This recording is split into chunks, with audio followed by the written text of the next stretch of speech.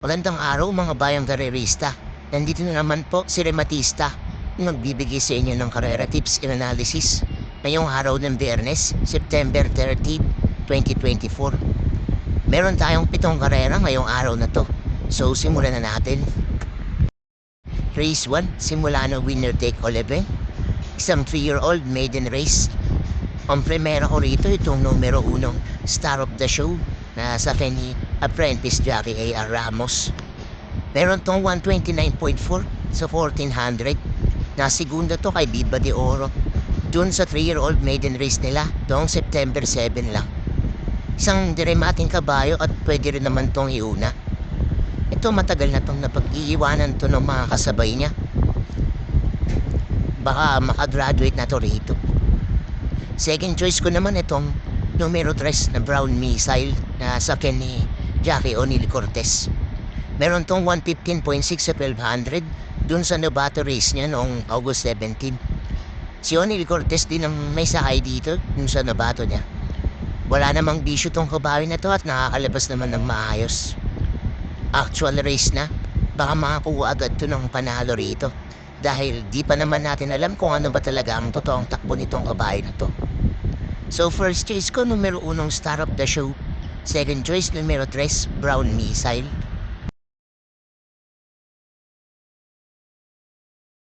Lipat na tayo rito sa race 2. Simula ng pick 6 event.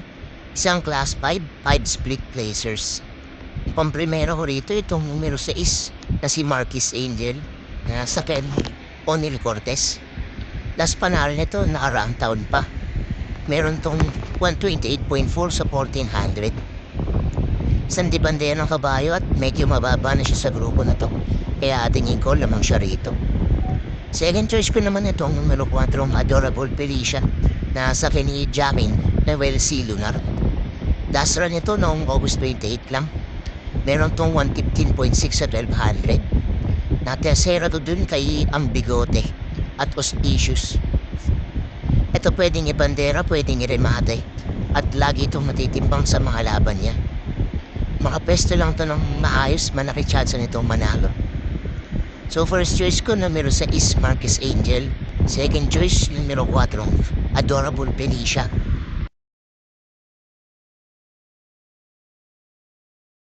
Na tayo sa race 3, simula ng Big 5 event. Isang class 4, 20 to 27. Ang primero ko rito, itong numero 3 na si Asyong na sa ni JC De La Cruz. Ito galing sa mataas na grupo at tumatakbo ka to ng stakes race dati. Tingin ko bumababa na siya sa grupo na to. Last na panalo nito nakaraang taon pa at meron siya rong 125.2 sa 1400 bandera tapos 40 to 46 pa yung grupo niya dun. Ngayon 20 to 27 na lang. Wala namang masyadong matulin dito bukod kay Ayasaki. Kaya tingin ko makakaraos to rito. Second choice ko naman itong numero 2 na si Anyo 96 na sa ni Dodong Villegas. Ito isang diremating kabayo. Meron tong 127.8 sa 1400. Na tercera to kay Lamarila at Jubilon. Tingin ko, kung nagkaubusan, tumukod si Asyong sa harapan sa tong kabayo na to sa makikinabang sa race na to.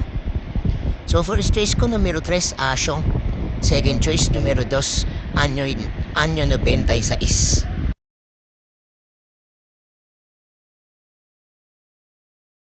Lipat na tayo rito sa race 4. Simula ng pick 4 event. Isang class 5 6 to 10 split. Komplemento ko rito itong numero 5 Lightning Bolt na sa ni RC Tabor. Meron tong 130.6 sa 1400 na segunda to kay Lapping Inside noong September 1 lang. Isang debandera at pwede rin i-remate itong kabayo na to. Huwag yung matatabunan itong kabayo na to, tingin ko mananalo na to rito.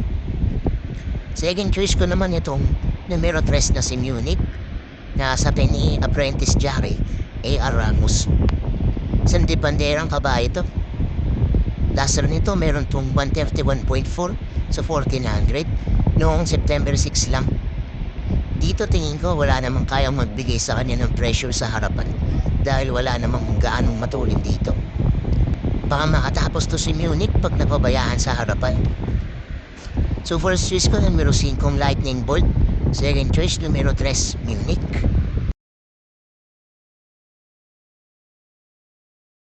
Dito na tayo sa race 5. Huling extra double para sa araw ng Biyernes.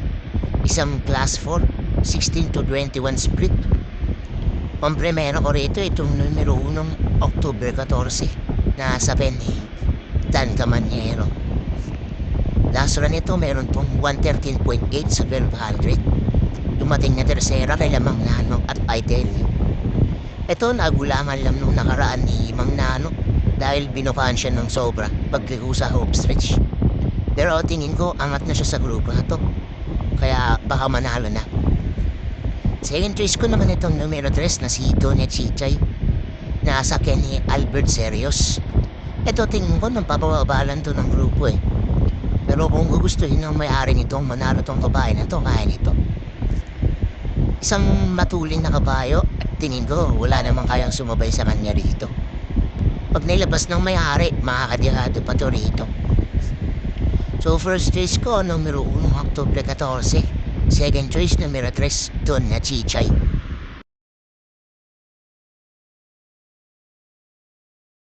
Lipat naman tayo rito sa race 6. Huling daily double para sa araw ng Biyernes. Isang class 5, 6 to 10 split. Ito sosolohin ko na to. Masyado nung mababa sa grupo. Numero 8, Real Equity.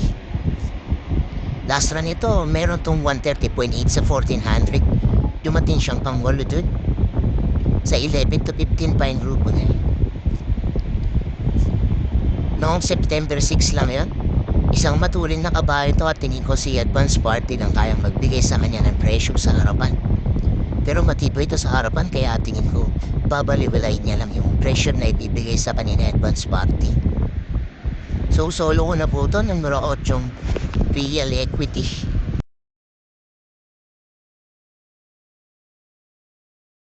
Dito na tayo sa race 7, huling race para sa araw ng Biyernes at paratingan ng winner take all. Isang class 5, 11 to 15 split. Ang pampiremera ko rito itong numero 7 Step Bell na sa ni Jackie Alvin Guse. Ito mukhang umiinam ang takbo ni kabayan nitong mga nakaraang laban niya. Last na panalo nito noong July 27 pa. Meron tong 131 flat sa 1400. At si Jackie Alvin Guse rin ang gumenda sa kanya doon. Isang diremating kabayo to. Huwag lang matatabunan, bumubulusok to pag rumiremate. Second choice ko naman itong numero 10 na si Don Pedro na sa akin Mark Alvarez. Isang debanderang kabayo at may balik din to. Kamay na to ni Mark Alvarez. Kaya pag na-rate niya ng maayos, baka di nila maabutan to sa meta. Last run ito noong August 30 lang. Meron tong 129.8 sa 1400. Na segunda to kay Malabon King. Tingin ko di naman matatabon sa largahan to dahil nasa labas yung numero niya. At third choice ko naman itong numero 2, si Biglang Buhos. Na sa ni JC De La Cruz.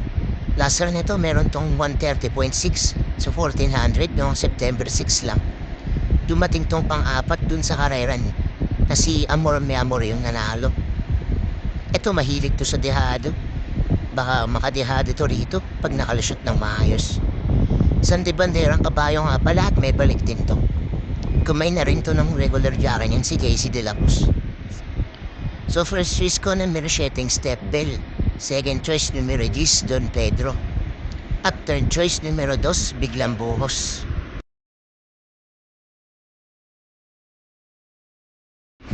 So doon na tatapos ang ating karera tips and analysis para sa araw ng Biyernes. Maraming salamat sa mga nanood at sana'y magsitama tayong lahat. That is sa inyo mga bayang karerista. Don't forget to like, comment, and subscribe for more karera tips.